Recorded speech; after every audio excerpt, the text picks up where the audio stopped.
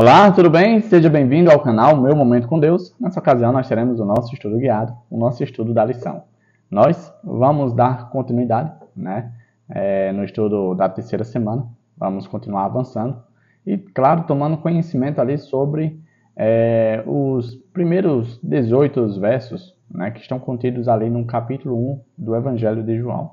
Durante essa semana, a gente vai estar se aprofundando, no que João escreveu ali logo no início, na introdução do seu livro. E claro, saindo com a ideia certa, o conceito certo e o que João quis passar, o que João quis passar para mim e para você quando ele escreveu esses primeiros trechos do seu livro. Antes da gente adentrar no estudo de hoje, eu quero te convidar você a se inscrever no canal para que você não perca mais nenhum estudo guiado, para que você seja notificado, para que você seja lembrado e incentivado até o estudo da Bíblia diariamente. E claro, deixe também o seu gostei, o seu like, para que esse estudo possa alcançar mais e mais pessoas. Recados dados, agora eu quero te convidar a juntos orarmos ao Senhor e logo em seguida adentrarmos e nos aprofundarmos no estudo de hoje. Então vamos orar juntos? Senhor Jesus, muito obrigado, Pai, porque mais uma vez nós temos a oportunidade de estudar a Tua Palavra. Nessa ocasião, a nossa mente, o nosso coração esteja aberto e sensível para ser impressionado pela Tua Palavra.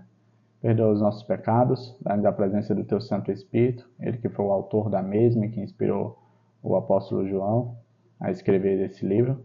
Ele venha também a nos inspirar para entender aquilo que João escreveu. É isso que nós pedimos, em nome de Jesus Cristo. Amém. Pois muito bem, hoje, segunda-feira, dia 14 de outubro, o tema do nosso estudo guiado é A Palavra se fez carne. Foi apresentado aqui um contexto bíblico, a qual nós vamos ler, ali no capítulo 1 de João. Vamos ler alguns versos. E logo em seguida a gente vai fazer alguns comentários, com base nos versos apresentados de hoje. Então, vamos começar a ler novamente a partir do versículo 1 até o 3. E depois a gente vai pular para o versículo 14 do capítulo 1. Então, o verso 1 diz assim, No princípio era aquele que é a palavra. Ele estava com Deus e era Deus. Ele estava com Deus no princípio. Verso 2, Verso 3. Todas as coisas foram feitas por intermédio dele. Sem ele, nada do que existe teria sido feito. Verso 14.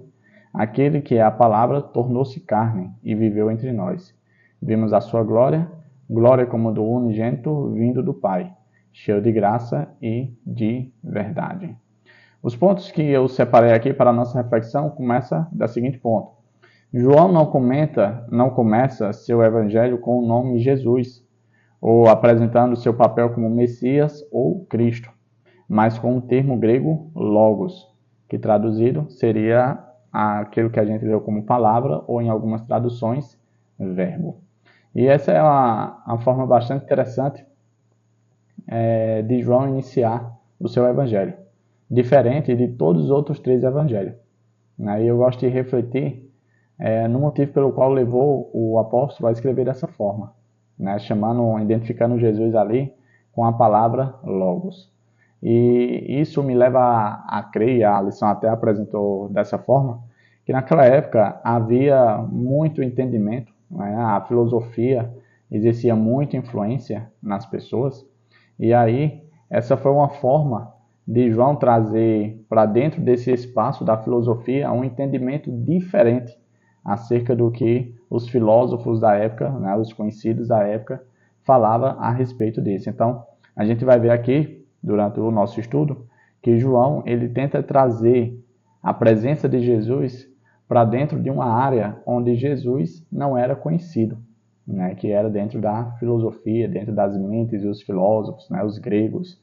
E aí a gente vai avançar aqui. O segundo ponto que eu destaquei diz assim, os ensinos de Platão, filósofo grego, dividiam a realidade em 2 domínios.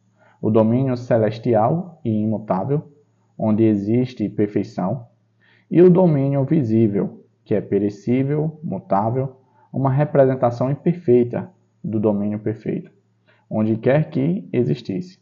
Platão jamais respondeu onde ele estaria entre esses 2 domínios, se seria no domínio celestial, onde habita o entendimento perfeito, da perfeição, ou o domínio visível, né? Onde as coisas são perecíveis e imperfeitas.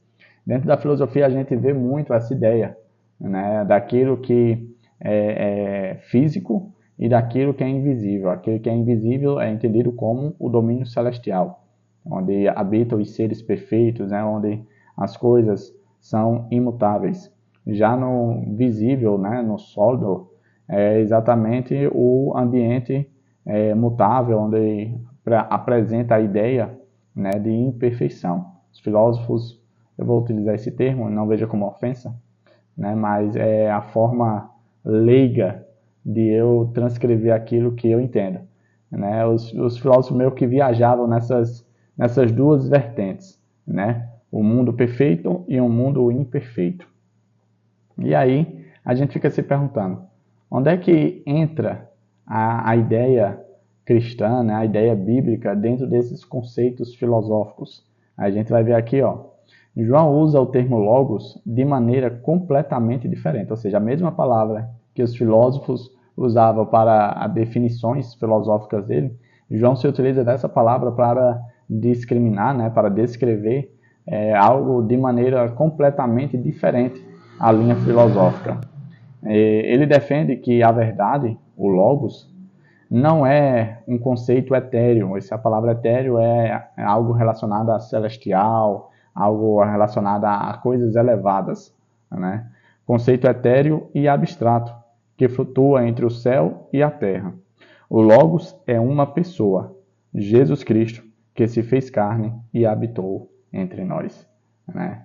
Ou seja, a palavra, o verbo, ou em grego, o Logos, dentro do conceito de João, dentro do entendimento de João, o apóstolo João, ele vê que isso não é um local, não se refere a um domínio, não se refere a uma forma de pensar, mas sim se refere a uma pessoa.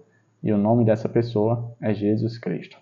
Continuando, para João, o Logos é a palavra de Deus, o qual se comunicou, isto é, se revelou à humanidade da forma mais profunda possível.